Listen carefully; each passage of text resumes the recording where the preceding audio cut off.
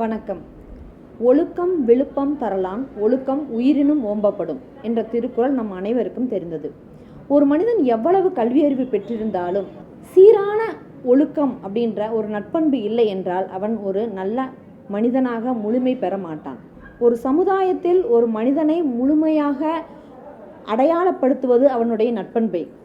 தனி மனித ஒழுக்கமே அவனுடைய அடையாளம்.